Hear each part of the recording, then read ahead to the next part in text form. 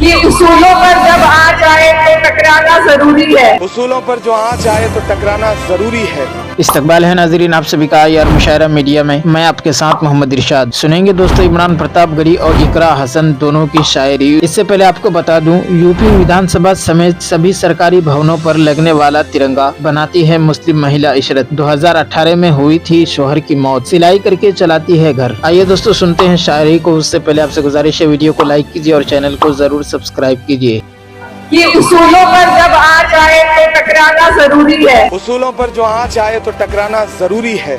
उसूलों पर अगर आँच आए तो टकराना ज़रूरी है। अगर आप जिंदा हैं तो फिर जिंदा नज़र आना ज़रूरी है। जी हाँ दोस्तों, हम बात करने वाले हैं इकरा हसन की और शायर इमरान प्रतापगढ़ी की। इकरा हसन अपने चुनाव प्रचार के दौरान में उन्होंने अपने मंच से इस शायरी को कहा है। वहीं शायर इमरान प्रतापगढ़ी ने भी जब राहुल गांधी को ईडी पकड़ के ले गई थी, ईडी की अरेस्ट में थे, तब इमरान प्रतापगढ़ी ने पत्रकारों से बातचीत करने के दौरान इसी शायरी को कहा था। हम दोनों लोगों की शायरी इस वीडियो में दिखाने वाले हैं। शायर इमरान प्रतापगढ़ी की भी आप स्पीच सुनिएगा, इसी शायरी को सुनिएगा, और वही शायरी वीडियो के अंत में आप इकरा हसन की जुबान से भी सुनिएगा। दोनों में किसे ज्यादा सपोर्ट करेंगे, किसके जुबान से आपको वो शायरी ज्यादा पसंद आ रही, कमेंट्स करके आप जरूर बताइएगा। ये पहले शायर इमरान प्रतापगढ़ी जी को सुन लेते हैं, उसके बाद में इकरा हसन की जुबान से वो शायरी सुनते हैं। हाँ दोस्तों, इमरान प्रतापगढ़ी खुद ये बात कहते हैं कि संसद में जब एक शायर पहुंचा तो संसद का रुझान बदल गया। संसद के बाकी और नेता लीडर शायरी कहने लगे हैं। जी हाँ दोस्तों, इकरा हसन भी क्या संसद में शायरी कहने वाली है या नहीं, आने वाला वक्त ही बताएगा। आप इस वीडियो को देखिएगा, कमेंट्स करके जरूर बताइएगा और वीडियो को लाइक कर दें। चैनल पर नए हो तो चैनल को सब्सक्राइब करना बिल्कुल ना भूलें। इमरान प्रतापगढ़ी को पहले सुनिएगा।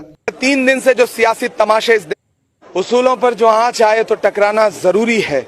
जो जिंदा हो तो फिर जिंदा नजर आना जरूरी है। पिछले 3 दिन से जो सियासी तमाशे इस देश में चल रहे हैं उसको पूरा देश देख रहा है। और जिस तरह से राहुल जी को 10-10 घंटे 11-11 घंटे पूछताछ के लिए बुलाया जा रहा है और राहुल जी मुस्कुरा करके उनके सवालों का जवाब दे करके लौट रहे हैं। भाजपा बौखला गई है, ईडी बौखला गई है, एजेंसियां बौखला गई हैं कि आखिर राहुल गांधी किस मिट्टी के बने हुए हैं। हम तमाम कांग्रेस के सिपाही राहुल जी के लिए पिछले 3 दिन से दिन कि उसूलों पर जब आ जाए तो टकराना जरूरी है। उसूलों पर जब आ जाए तो टकराना जरूरी है। जिंदा हो तो जिंदा नजर आना जरूरी है। और आपके और अपने हौसले के लिए एक और बात कहना चाहती हूँ कि ना ये सुबह आखिरी है, ना ये शाम आखिरी है, ना ये सुबह आखिरी है, ना ये शाम आखिरी है। जहाँ हो जुल्म की कसरत वो निजाम आखिरी है। आइए दोस्तों, अब आसार क़यामत और फितने दज्जाल किताब से कुछ बातें सुनते हैं। क्या तहजीब मगरिब दज्जालियत का नाम है? पिछले दिनों बाज़ लोगों ने उजलत से काम लेकर यूरोप अमेरिका के मौजूदा तमद्दुन व तहजीब को दज्जाली तमद्दुन व तहजीब करार देते हुए ये फैसला भी जो कर दिया कि मसीह दज्जाल जिसकी पेशिन गोई की गई है वो आ गया और अब मुसलमानों को दज्जाल के इंतज़ार की ज़हमत न खींचनी चाहिए।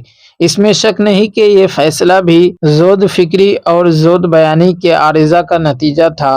और अब भी जिन लोगों को इस ख्याल पर इसरार है तो समझना चाहिए कि जोद फिक्री के मर्ज से वो शिफायाब नहीं हुए हैं।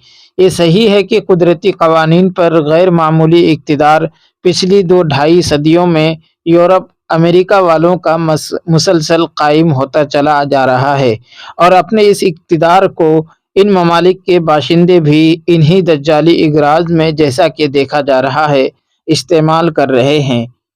काफ़ारा यानी कुफ्र व इल्हाद या खुदा से बेजारी या इन्हिराफ मौजूदा मगरबी तहजीब का ऐसा आम छाप है जिसे हर जाहिल व आलिम बशर्ते के ईमान की कोई किरण अपने अंदर रखता हो जानता और पहचानता है। खालिक की मर्जी के मुताबिक उसके बंदों के आगे ज़िंदगी का जो निज़ाम खुदा के पैगंबरों ने पेश किया है, इस निज़ाम ज़िंदगी की तरफ से पज़मुर्दगी और अफसुर्दगी पैदा करने में आज यूरोप जिन चाबुक दस्तियों से काम ले रहा है उनको देखते हुए नबूवत की वो पेशिन गोई समझ में आती है कि मोमिन दज्जाल के पास जाएगा, लेकिन जब वापस लौटेगा तो तरह तरह के शुकूक व शुबहात की चिंगारियां अपने अंदर भड़कती हुई पाएगा। औरतों में दज्जाली असरात। ये भी देखा जा रहा है मर्दों से मुतजाविज होकर औरतों को भी फितना की ये आग घेरती चली जा रही है।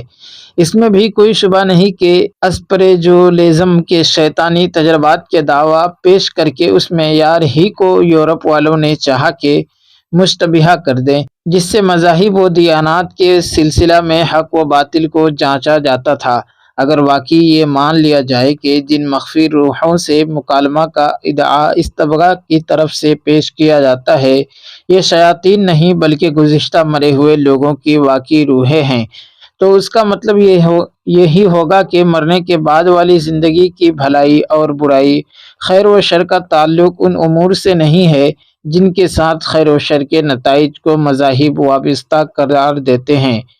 خدائی دعویٰ کے مترادف دعاویٰ، اور یہ بھی صحیح ہے کہ گو صاف واضح لفظوں میں خدائی کا دعویٰ یورپ کی طرف سے ابھی دنیا کے سامنے نہیں رکھا گیا ہے، لیکن جس فکری رفتار کا لوگوں کو اس زمانے میں عادی بنا دیا گیا ہے، اس رفتار کا آخری نتیجہ یہی ہے اور یہی ہو سکتا ہے کہ بجائے خدا کے سب سے آخری اقتداری قوت کائنات کی بنی نوع انسانی کو تسلیم کر لیا جائے۔